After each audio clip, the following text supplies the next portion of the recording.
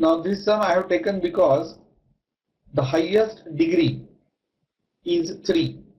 So you are supposed to perform synthetic division. Do you know about synthetic division?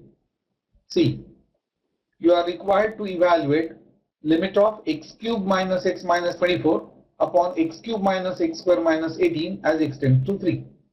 Consider the numerator x cube minus x minus 24. If you put x equal to 3, you get what? 27 minus 3 minus 24, that is 0. Value of this polynomial is 0 at x equal to 3. So x minus 3 must be the factor. To get the other factor, you have to perform synthetic division. Now what is the practice? You write this polynomial in coefficient form. So don't say 1 minus 1 minus 24 because x cube is followed by 0x square. So write 0. Then minus 1 minus 24. Polynomial is 0 at x equal to 3. So you have to write 3 over here. This one as it is. You have to write this one as it is. Next step, 3 into 1. Their product is to be written here. 3 into 1 is 3. Add these two. 0 plus 3 is 3. Again 3 into 3, 9. Minus 1 plus 9 is 8. 8 into 3, 24. Minus 24 plus 24, 0. You should get 0 here. If you do not get 0, means something is wrong in the calculation. Because when we say x minus 3 is a factor, it divides the polynomial with 0 remainder. So which is the other factor then? Other factor is x square plus 3x plus 8. Now consider synthetic division for denominator. What is the denominator? X cube minus x square minus 18. Write this polynomial in coefficient form. So that is 1. Don't say there is no term in x square. It is there. Minus x square. So coefficient is minus 1. Don't say there is a term in x. It is there. Plus 0x. That is why you can see 0 here. Minus 18 as it is. Now polynomial is 0 at x equal to 3. So write 3 here. 1 as it is. 1 into 3 is 3. Minus 1 plus 3 is 2. 2 into 3, 6. 0 plus 6 is 6. 6 into 3 is 18. Their addition is 0. So as we have got 0 here, what we have done is correct. So which is the second factor now? Second factor is x square plus 2x plus 6. Now what is the function? It is now limit of x cube. I have written the function again. So what are the factors? X minus 3, x square plus 3x plus 8. What about denominator? X minus 3, x square plus 2x plus 6. Can I cancel x minus 3? The answer is yes. X only tends to 3. X is not equal to 3. So division by x minus 3 is valid. Don't take limit directly. Mention remaining factors. Can we take the limit now? The answer is yes. Denominator is coming as a non-zero number. Numerator may be 0. We are not worried about numerator. We have to worry about denominator. Denominator should not be 0. Now when we take the limit, we replace every x by its limiting value, which is nothing but 3 here. So 3 square is 9 plus 9 plus 8, that is 26 in the numerator. And what about denominator? 9 plus 6 plus 6, that is 21. So this is the final answer. Dear friends, this is a very important standard result. Very, very important. You will be using this limit in physics and chemistry also. Not chemistry, rather physics. Standard trigonometric limit. What is that? It is limit of sine theta upon theta as theta tends to 0 is 1. Remember, don't say that take the limit in the very first step. So sine 0 is 0 upon 0. 0 upon 0 is 1. That is absurd, ridiculous. 0 by 0 is an indeterminate form in mathematics. So what is the reason? I think you had done the proof of this particular result also. That as theta assumes values which are very close to 0, sine theta upon theta assumes values which are very close to 1. Now what are the observations? All the three observations are very important. The first one, angle is in radians. See, when you do calculus, you have to remember two things. Number one, angle must be expressed in radians only. So if the angle is in degrees, you have to convert it into radians first. And secondly, the base of logarithm should be E. What is E? You must have done this. E is an irrational number. I will explain this in detail when we'll do logarithm. So the first thing is, angle for the standard limit to be true must be in radians. Secondly, angle tends to 0. And thirdly, angle in the numerator must be fully repeated in the denominator. I'll repeat these three things.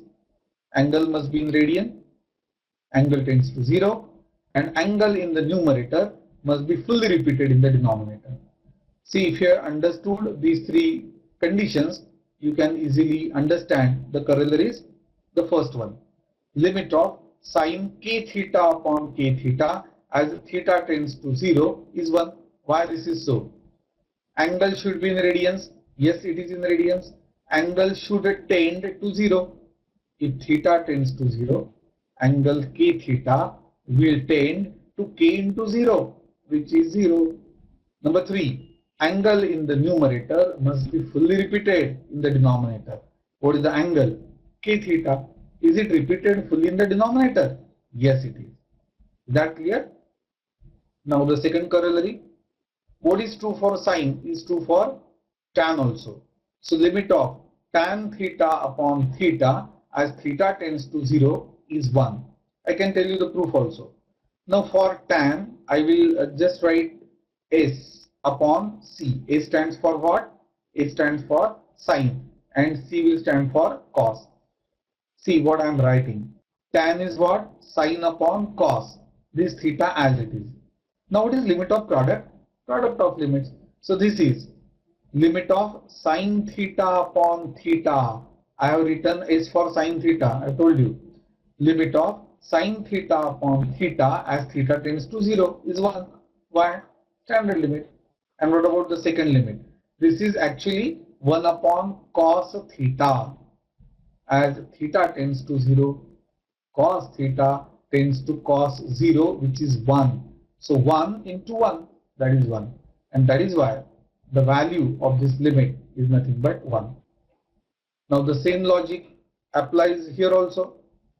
Angle in the numerator must be fully repeated in the denominator. Angle must be in radians and angle should tend to 0.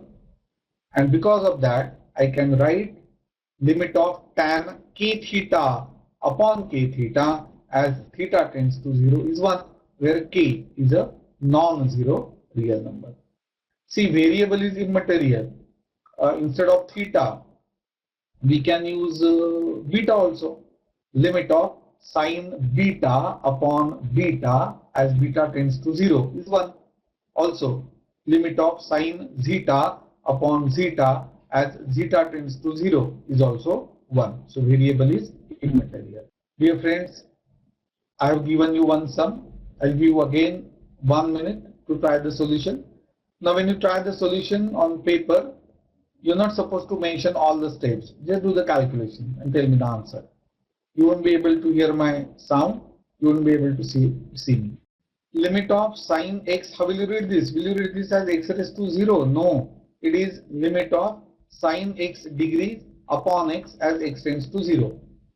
Can you say the value of the limit is 1? No. The first condition, that angle must be in radians, is not satisfied.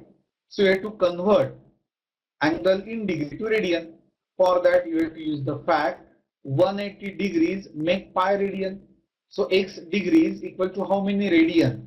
Pi x upon 180. So the sum is L equal to limit of sine of pi x upon 180 upon x as x tends to 0. Now will you say the value of limit is 1? No. The first condition is satisfied, that angle is in radians, right? What about second condition? Angle should tend to 0. Yes, angle is tending to 0. Why? Because as x tends to 0, pi x upon 180 tends to pi into 0, that is 0, upon 180, that is 0. But the third condition is not satisfied. Angle in the numerator must be fully repeated in the denominator. So first we write what we want. We want that denominator should be pi x upon 180. But then I must obtain what is there. Otherwise, function will change. In order that function should not change, that is to make hisab barabar, you have to multiply numerator also by pi by 180. See, I have multiplied denominator by pi by 180, so I should multiply numerator also by the same. Note that this is purely a constant. So write it outside the limit. So this is pi upon 180 into limit of this. Now can I say the value of this limit is 1? Yes, I can, provided I mention this. As x tends to 0, this pi x upon 180 tends to 0, and limit of sine theta upon theta, theta tends to 0 is 1. So the answer pi upon 180 into 1, that is pi upon 1. Is that clear? Dear friends, we stop here.